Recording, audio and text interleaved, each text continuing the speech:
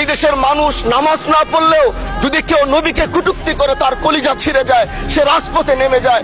আমি বলবো যারা নবীকে কটূক্তি করে, নবীর নামে গালিগালাজ করে, এদের মৃত্যুদণ্ড এই আইনটাও যেন বাংলাদেশের এই সংসদ থেকে পাশ করা হয়। যারা নবীকে অস্বীকার করে তারা কোনোদিন মুসলমান থাকতে পারে না। এটা আইনের মাধ্যমে, এটা বাংলাদেশের পার্লামেন্ট থেকে ঘোষণা হবে, সেটা আমরা চাই। আজ দাঁড়িয়েছি, হয়তো আমার কথা অনেক লম্বা, আমি জানি না আপনি আমাকে সময় দিবেন কিনা, কিন্তু আমি বলতে চাই মাননীয় স্পিকার, আমরা যেই জায়গা থেকে দাঁড়িয়েছি, বাংলার 30 থেকে 40 লক্ষ উলামায়ে কেরাম আমাদের দিকে তাকিয়ে রয়েছে, কারণ তাদের কণ্ঠ, তাদের সে আওয়াজগুলো আমরা যেন জাতীয় সংসদ থেকে দিতে পারি।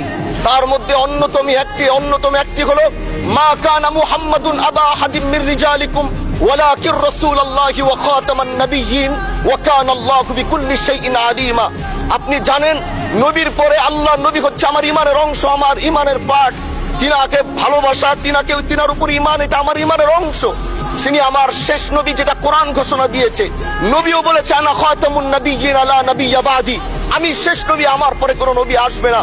কিন্তু মাননীয় স্পিকার, দুঃখের সাথে বলতে হয় বাংলাদেশের এরকম একটি পার্ট রয়েছে, যেই পার্টের এক অংশ মানুষ তারা নবীকে অস্বীকার করে, তারা মুসলমান দাবি করে, এবং এই বিষয়ে অনেকের ধারণা আছে, তারা জানে।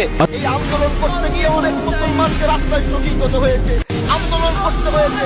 স্বাধীনতার পর থেকে আজ সে আন্দোলন চলছে, কিন্তু আজও পর্যন্ত সেটা পাইনি। আমি মাননীয় প্রধানমন্ত্রীকে বলবো, আপনি বাংলাদেশে একটি ইতিহাস রচনা করে যাবেন। আপনার মাধ্যমে যদি এটা স্বীকৃতি পায়, যারা নবীকে অস্বীকার করে তারা কোনোদিন মুসলমান থাকতে পারে না। এটা আইনের মাধ্যমে, এটা বাংলাদেশের পার্লামেন্ট থেকে ঘোষণা হবে, সেটা আমরা চাই। মাননীয় স্পিকার, আরেকটি কথা, আপনি জানেন আমরা আমাদের নবীকে সবচেয়ে বেশি ভালোবাসি। যিনি আখিরি নবী, যাকে বলা হয়েছে ওয়ামা আরসালনাকা ইল্লা রাহমাতাল লিল আলামিন। আমরা বারবার দেখছি কিছুদিন পর পর তারা যেন কিভাবে এসে আল্লাহ নবীর শানে কটূক্তি করে, নবীকে নিয়ে অশ্লীল ভাষায় গালিগালাজ করে, নবীর শানে কটূক্তি করে।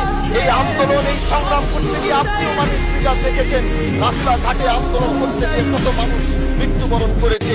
যদি একবার বাংলাদেশের আইনে, কারণ মুসলমান যদি আমাদের বাংলাদেশের পার্সেন্টেজ অনুযায়ী আমাদের অবশ্যই মুসলমানদের সংখ্যা অনেক বেশি। আমরা তো অন্য কিছু চাচ্ছি না। এই দেশের মানুষ নামাজ না পড়লেও যদি কেউ নবীকে কটূক্তি করে তার কলিজা ছিঁড়ে যায়, সে রাজপথে নেমে যায়। আমি বলবো যারা নবীকে কটূক্তি করে, নবীর নামে গালিগালাজ করে, এদের মৃত্যুদণ্ড এই আইনটাও যেন বাংলাদেশের এই সংসদ থেকে পাশ করা হয়। মাননীয় স্পিকার, এই কথাগুলো বলতে গিয়ে অনেক কথা হারিয়ে যাচ্ছে। এলাকায় বলেছিলাম যে আমরা ন্যায়ের পক্ষে কথা বলবো, ইনসাফের পক্ষে কথা বলবো।